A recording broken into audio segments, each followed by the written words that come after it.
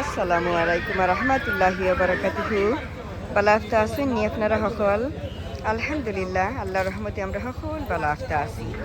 আজকে আবার এই আলহামদুলিল্লাহ আমি আপনার মাঝে হাজির হয়ে গেছি। আর ঠিক করলাম যে আপনারা লগে থোড়া শেয়ার করিলাই। আজকে আমরা বাগানবাড়ি সানডে মার্কেটও আইছি। আর এখানে একবারে এভরিথিং আছে, একবারে গরু, ছাগল, হাঁস, মুরগি, কবুতর, আরও এরপরে ভেজিটেবলস, মাছ সবটা আছে। সো আপনারা আমার লগেও থাকুকা আর ইনশাল্লাহ আমি আপনারা এভরিথিং দেখাইলাম। ওকে, সেখানে দেখুকা বিসমিল্লাহ তুই কইল লগে গৌট মাশাআল্লাহ।